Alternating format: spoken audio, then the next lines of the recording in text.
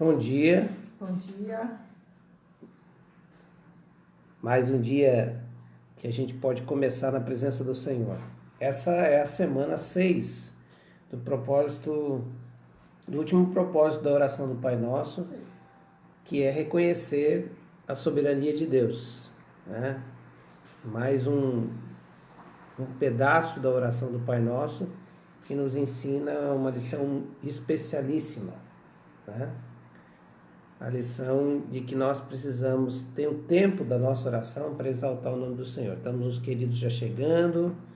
A Mônica, que bom, Mônica. Tânia, as Tânias, né, chegando. A Luiz Carlos também. A Cristina, lá de Indaial. E Dimitri, manda um abraço. Luiz Carlos e a Vera, né? O Valmir e a Eliane também com a gente, todos os dias aí. Leila, Ritinha, a Tânia está aqui dando um alô também.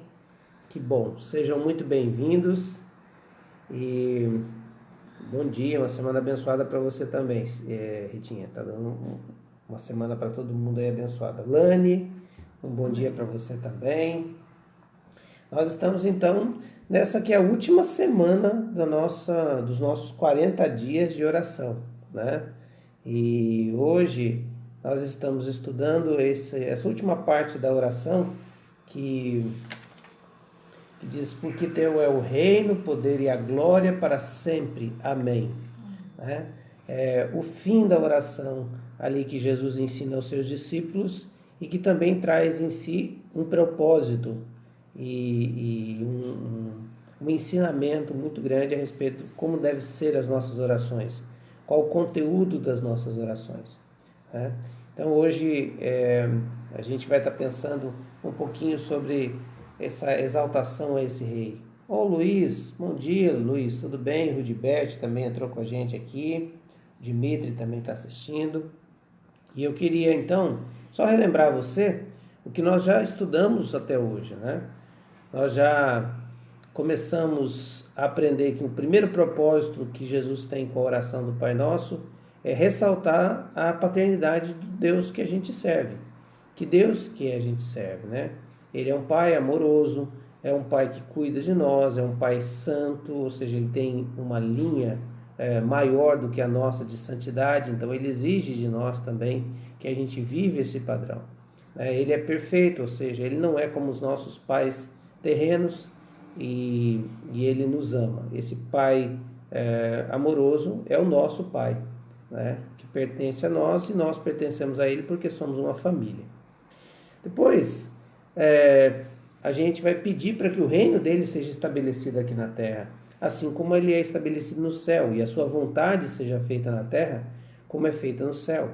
É um pedido para que o plano de Deus, o propósito de Deus eterno na história aconteça cronologicamente nos nossos dias, e que ao findar da história ele seja entronizado como o rei absoluto, o seu reino seja estabelecido, o reino de Deus, né?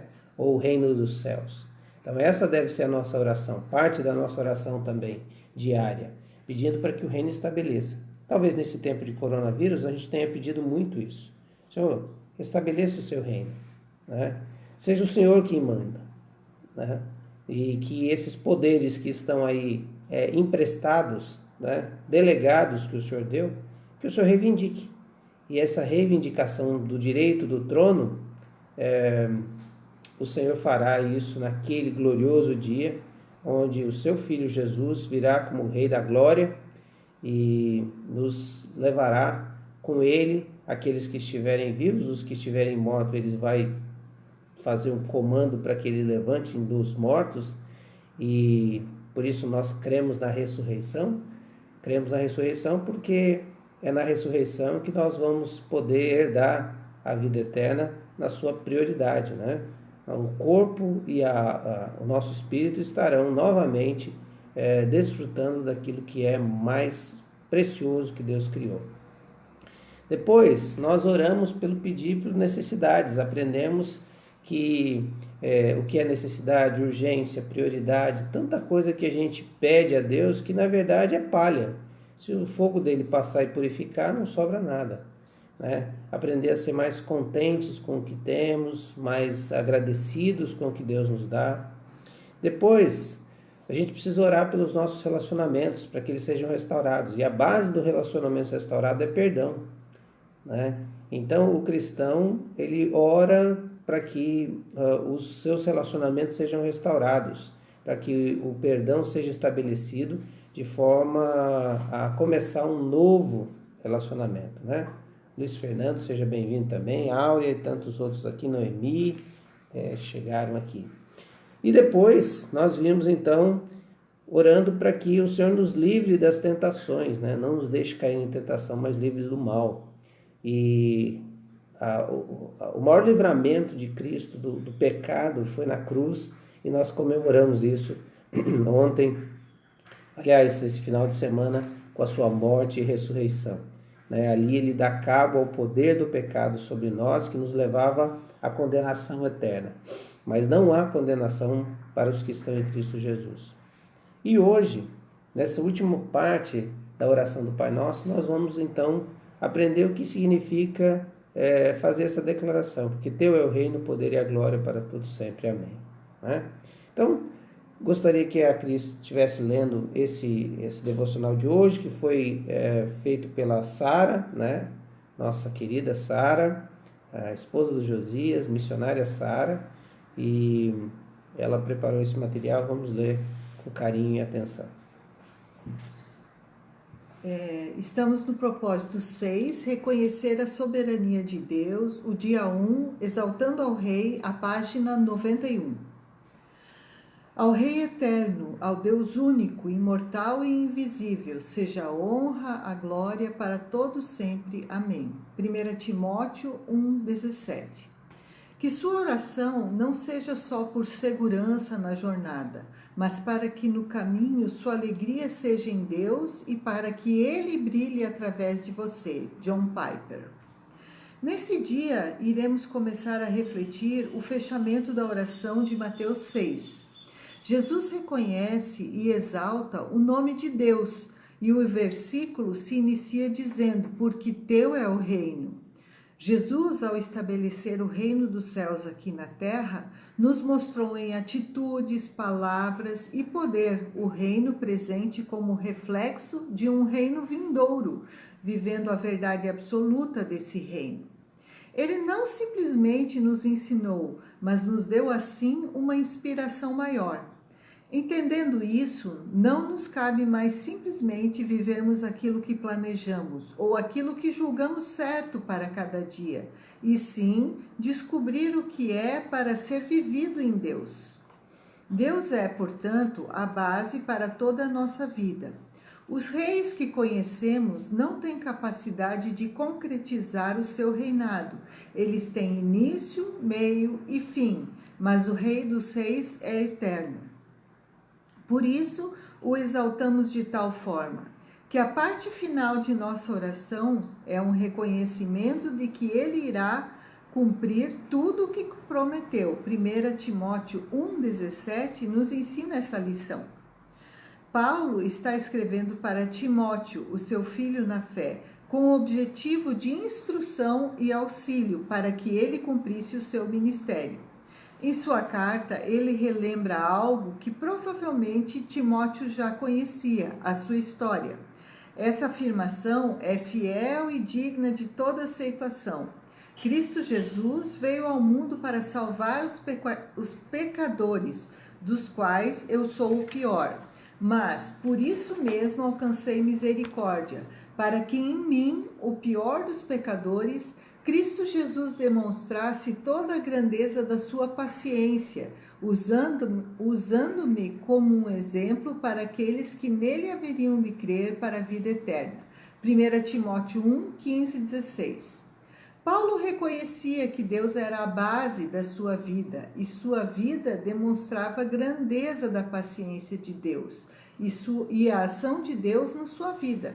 Após compreender essa realidade, Paulo é tomado por um sentimento de exaltação quando ele exalta a Deus, ao Rei eterno, ao Deus único, imortal e invisível. Sejam honra e glória para todos sempre. Amém. 1 Timóteo 1,17. Perceba, Deus possui a característica de Rei eterno, um Deus que é único, que nunca irá morrer, invisível, mas atuante na vida dos seus súditos. A pergunta é: você reconhece esse Rei eterno em sua vida? Em suas orações, Deus tem sido exaltado como Rei soberano? Exaltar a Deus em nossas orações nos ajuda a viver com os pés na terra, mas com a mente e os olhos nos céus. Nesse dia, ore ao Senhor e o exalte por quem Ele é. E a pergunta para hoje: você exalta Cristo por quem Ele é ou apenas pelos bens que Ele te dá? Essa parte da oração é aquela parte que a gente organiza no nosso tempo de oração para adorar a Deus. Adorá-lo, exaltá-lo, louvá-lo. Todos esses verbos com a ideia de colocá-lo em evidência. Nós já fizemos isso no começo da oração, porque alguns acreditam que esse é um modelinho para você seguir literalmente. Você pode fazê-lo, mas a oração sempre tem essa característica de uma conversa, né? E se ela é uma conversa, nem sempre os assuntos eles caem na sua sequência sempre. Às vezes você começa já pedindo, às vezes você começa já exaltando, talvez orações que você faça sejam apenas de exaltação. E aliás, eu acho muito interessante quando você, na sua vida cristã, está tendo a oportunidade de adorar mais, né? De colocar mais tempo da sua oração em adoração, exaltação, louvor ao Senhor. E isso demonstra também um pouco de maturidade, porque às vezes a gente tem nas nossas orações um cabide de pedidos, né? E a gente sempre está colocando as nossas necessidades em primeiro lugar, nessa evidência, né? Parece que o Deus gira em torno das nossas necessidades. Bom, esse é um perigo das nossas orações e é o que a gente aprendeu durante todo esse tempo aqui. Primeira coisa importante para fazer uma oração como Jesus nos ensinou é a centralidade da oração. Na centralidade da oração é Deus. É teu, né? É teu reino, porque teu é o reino.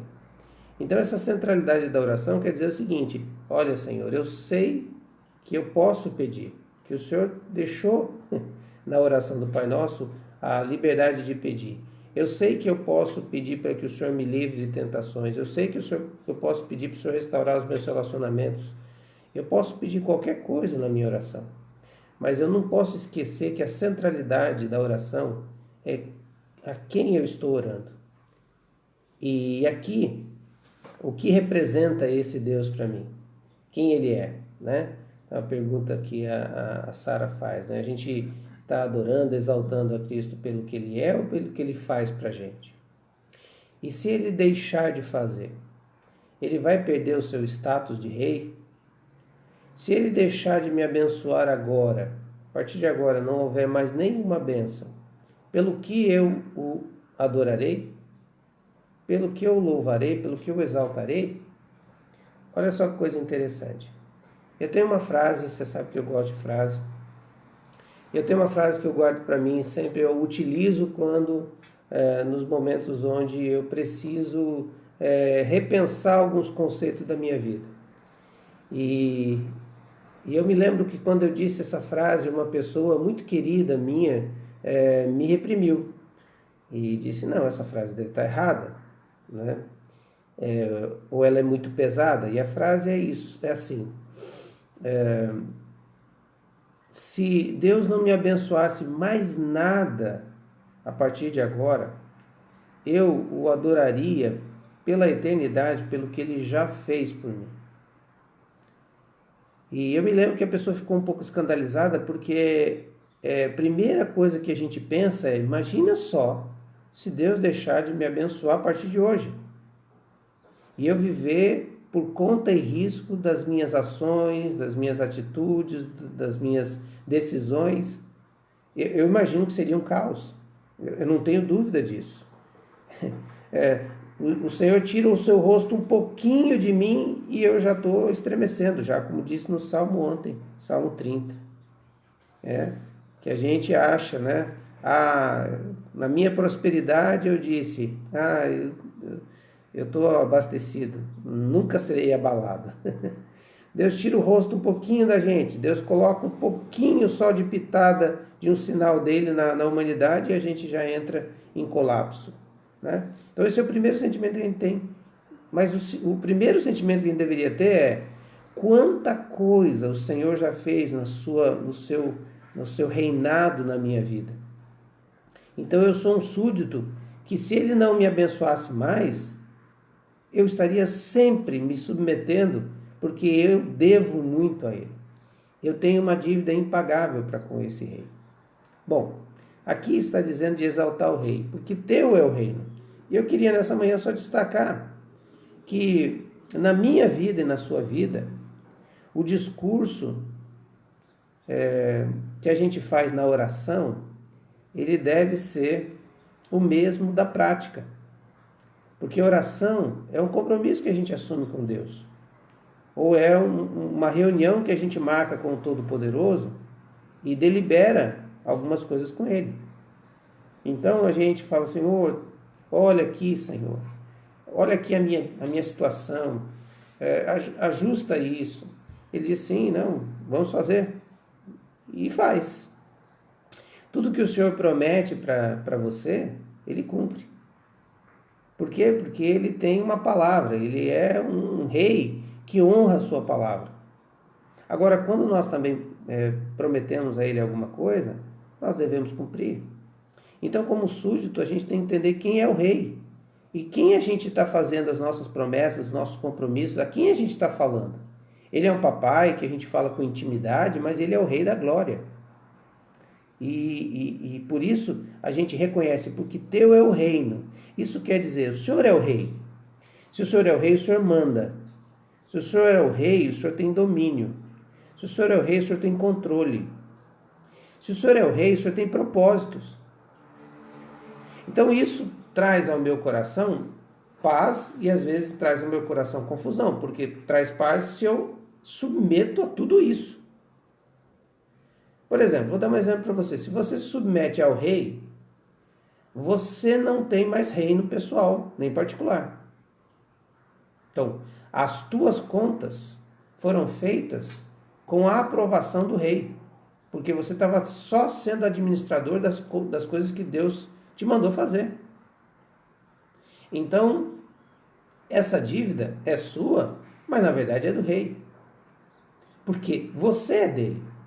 Você é o administrador. Foi ele quem deu o aval para fazer todas essas contas. Então, a conta é sua, Deus. Olha só, eu não estou aqui sendo arrogante com Deus. Eu não estou ensinando você a ser arrogante com Deus. Eu só estou dizendo para você que se a sua vida pertence ao rei, se você é propriedade do rei, se eu sou propriedade do rei, a conta é dele. Alguns momentos na minha vida eu disse, Senhor, essa conta é sua. Eu estou aqui porque eu estou te obedecendo. Então, me dá a condição de acertar isso, porque é o teu nome que está em voga. Então, por favor. Senhor, esse problema com as pessoas, esse aí é coisa do teu reino. É para estabelecer o teu reino aqui na terra. Por mim, eu não estaria me envolvendo nesse negócio. Mas eu tenho que me envolver, porque o teu é o reino. E eu sou o representante do teu reino, eu sou súdito do teu reino. Então, quando a gente entrega os nossos reinados para o Senhor, Ele agrega aquele reinado que a gente dizia que era nosso, na verdade, era dele sempre, para ser dele. Segundo, Ele tem então o controle disso. Porque agora a contabilidade não é mais a minha, não é meu contador que faz as contabilidades, é o Senhor. E é o contador dele. E ele vai dizer, ó, Jacques, você vai ter que fazer assim, vai ter que fazer assado. E eu, como súdito do rei, vou fazer o quê? Vou obedecer.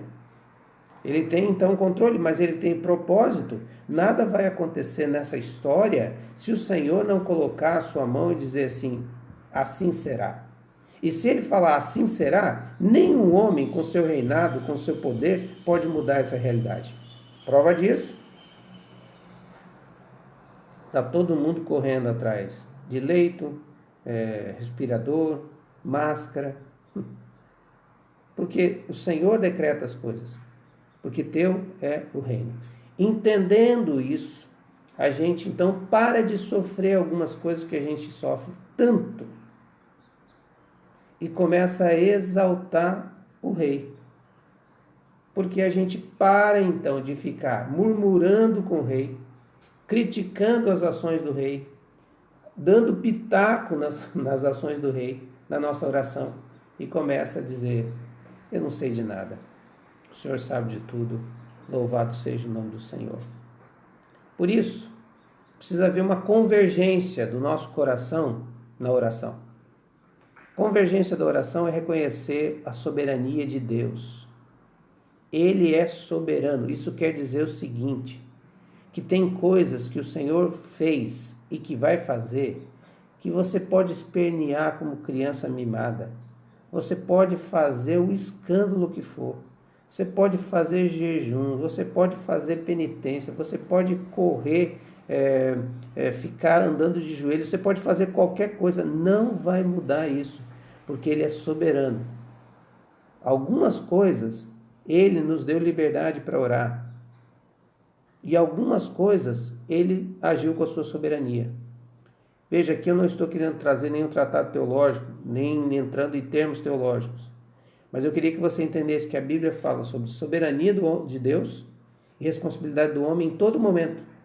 A Bíblia sempre está dizendo isso. Então, algumas coisas eu vou orar. E Deus vai mudar a realidade, não mudá-lo. Mas algumas coisas não vão mudar. E elas estão assim como estão, são como são, para que eu me curve diante da soberania dele e reconheça que ele é Deus. E aí a gente vai viver a satisfação em Deus. Eu não quero pegar esses dois termos e simplificar muito, mas porque a história de Jó é rica demais. A história de Jó caberia um estudo inteiro. Mas Jó viveu exatamente isso. Quem é o rei? Quem é o que comanda? Quem é o que tem a soberania e o poder? De quem é o reino? Era de Jó? Jó era um homem rico. E a riqueza traz com a gente um pouco de arrogância. Aliás, qualquer domínio, qualquer poder traz consigo arrogância. Lembra da expressão, em terra de cego, quem tem olho é rei? Porque ele fala assim, quem tem um olho é rei, então eu me acho mais do que os outros. Então a riqueza trouxe isso, talvez, poderia ter trazido. Mas o que aconteceu com Jó? Quando Deus, soberanamente, mas foi o diabo que fez. Não, o diabo foi empregado de Deus na história. Ele teve que pedir permissão e Deus deu os limites, falou, até aqui você toca, daqui para frente você não pode tocar, porque ele é meu, porque o reino é meu, porque teu é o reino. E aí nessa história toda, né, Jó então tem esses momentos onde ele tem diálogos com Deus nas suas orações, angústias. Mas veja só que coisa interessante, o diálogo dele com a sua esposa, quando ela diz, olha, uma desgraça acontece na sua vida, amaldiçoe-se teu Deus e morre. Ele diz, é muito engraçado você. Quando as coisas estavam boas, quando você podia ter o cartão de crédito, você podia comprar o que quisesse, você podia ir no mercado, fazer o que quisesse, você não glorificava a Deus não, né? Agora, quando acontece uma coisa triste, aí sim você reclama do Senhor. Deus deu, Deus levou, louvado seja o nome do Senhor. Sabe quem faz essa oração?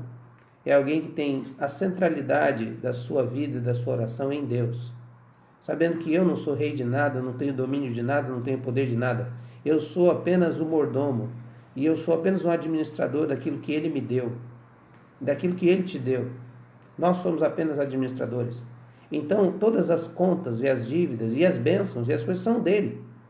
Glória seja dada ao nome do Senhor. E Ele vai dar um jeito, porque Ele tem propósito e Ele tem controle sobre todas as coisas. E Ele sabe o que faz, porque Ele é soberano. Algumas coisas vão parecer perda para nós. E talvez a gente vai ter, nessa vida não vai ter resposta dizendo que isso não foi ou não perda. Mas algumas possam ser perdas, sim, para a gente ganhar alguma coisa a mais. Tem gente que está perdendo coisas no tempo da pandemia para aprender que o maior bem que nós temos é o Rei e o seu reino. Nós somos herdeiros dele. Por isso, converja como o coração de Jó fez e tenha sua satisfação em Deus, como Jó teve. Final da história de Jó. Ele diz: antes eu te conhecia de ouvir falar, mas agora os meus olhos te veem. Vem o Rei. Por isso, exalte o nome do Senhor em todo momento, porque dele é o Rei, é o poder e a glória para todo sempre. Faça isso. Faça esse exercício espiritual, que é ir contra a sua vontade humana. E naquele momento de dor e sofrimento, exalte o Senhor. Reconheça a soberania dele. Reconheça o seu domínio. Reconheça o seu propósito. O que eu estou dizendo a você não é um simples exercício. Não estou dizendo para você que isso vai ser fácil. Mas estou dizendo para você que quando você fizer isso, vai ser libertador. Você vai se colocar no seu lugar e deixar Deus no lugar dele. Soberano sobre todas as coisas. Podemos fazer isso? Podemos fazer isso nesse dia? Ao Deus eterno, Deus único, imortal e invisível, seja a honra, a glória para todos sempre. Amém. Vamos orar? Pai de amor, a gente ouve isso, Senhor, e a gente pensa: Senhor, eu não tenho esse domínio, não consigo ter esse controle, ou eu quero ter o controle da minha vida, Senhor. Mas aprendemos que o Senhor é o soberano que governa, que controla, que dirige, que tem os planos para nós, que são planos de trazer paz e esperança, Senhor. Obrigado, Senhor, porque a minha vida, a vida de cada um de nós, não falando de filhos, de família, mas individualmente, Senhor, a minha vida, a nossa vida é tão importante para Ti, Senhor. O Senhor me ama, ama cada um de nós tanto, Pai, e nós Te louvamos por isso. Porque o Senhor é o nosso Salvador, o Senhor nos buscou, o Senhor nos cuida, o Senhor nos orienta, o Senhor nos dá paz na caminhada, Pai. Nos ajuda a manter os olhos fitos em Ti, para a gente não estremecer, não perder o equilíbrio, não deixar as coisas ou as sensações, os sentimentos, os pensamentos nos abalarem, Senhor. As coisas todas estão sob o Teu domínio e é isso que nós queremos que o Senhor continue agindo na nossa vida e no nosso coração, para que a gente realmente entenda que o Senhor é Deus sobre todas as coisas. Nos faz ser luz Tua, nos faz ser braço, mão, pé, boca Teu, Senhor, para poder continuar levando o Teu nome adiante, Senhor. Faz a gente ser digno desse nome e nos ajuda, Pai, porque a gente não tem força sozinho, Senhor, e Tu és a nossa força. Por isso, fortalece o meu coração, fortalece o coração de todos os meus irmãos também.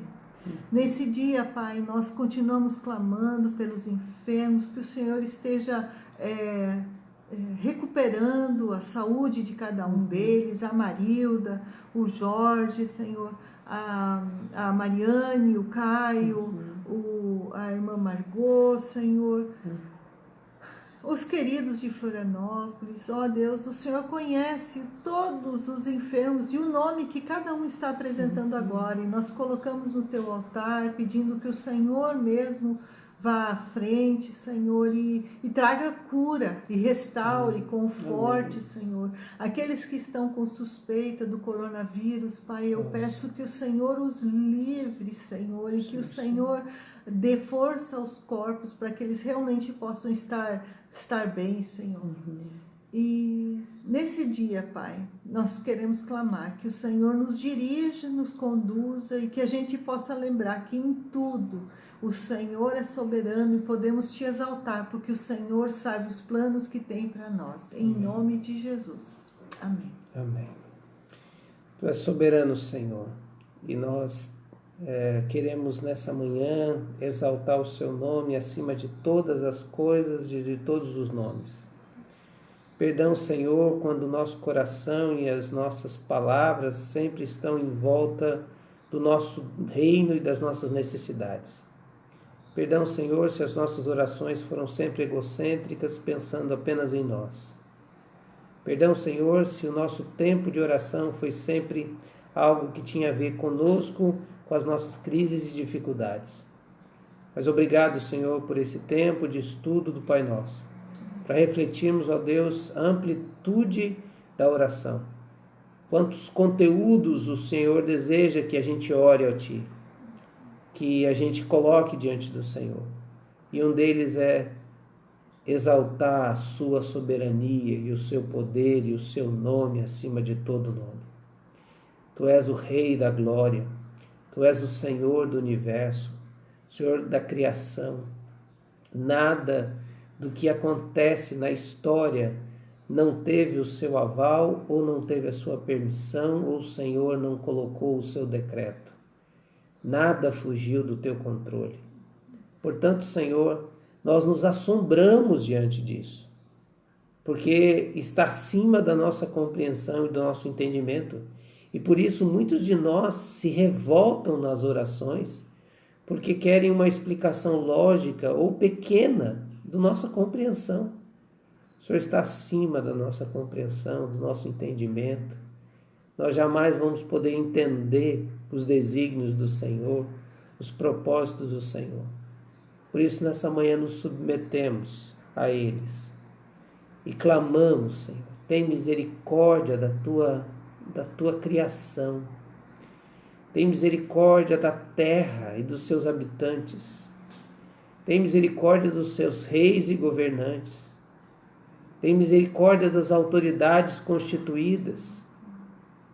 Porque nós estamos numa miséria e precisamos que o Senhor haja com o teu coração e não com a sua mente de justiça. Mas que o Senhor mais uma vez nos dê mais uma chance de mudança e de transformação. Pai, que a arrogância do nosso coração seja quebrada nesse tempo de pandemia e a gente se renda ao Rei da Glória. Louvado seja o teu nome, pelos dias bons, pelos dias maus, pelos momentos de crise, pelos momentos de fartura, pelos momentos de falta de alimento, pelos momentos de alegria, pelos momentos de dor. Louvado seja o teu nome, Rei da Glória. Queremos te exaltar, porque tu és o único digno de adoração e de louvor. E nessa manhã fazemos isso, porque teu é o reino, o poder e a glória para todos sempre. Amém. Amém. Amém. Deus abençoe, queridos. Um bom dia na graça do Senhor, sabendo que Ele é o Rei da Glória. Então, rola para cima dele aquilo que está angustiando o teu coração. Tá bom? Deus abençoe, um bom dia, para a glória do Senhor.